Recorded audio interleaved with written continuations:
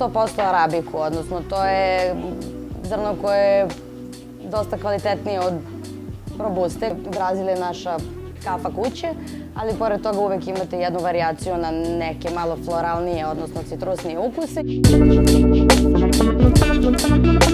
Kada dobijete šoljicu kafe, ona mora da ima i postojanu kremu, znači da onaj lep bež sloj ne pukne, da se ne vidi nigde kafa ispod, da ostavlja izjednačenu čistu šoljicu, da nema slojeva raznoraznih i prosto da ima postojan aftertaste i bilo bi idealno da se odvaja nekoliko ukusnih nota.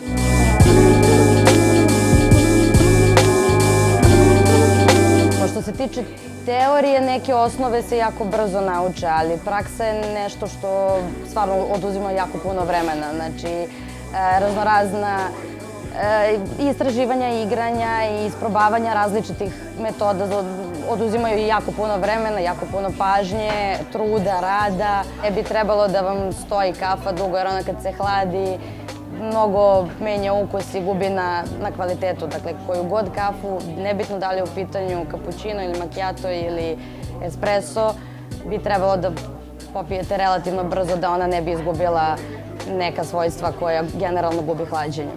I naravno trebalo bi se pije bez šećera.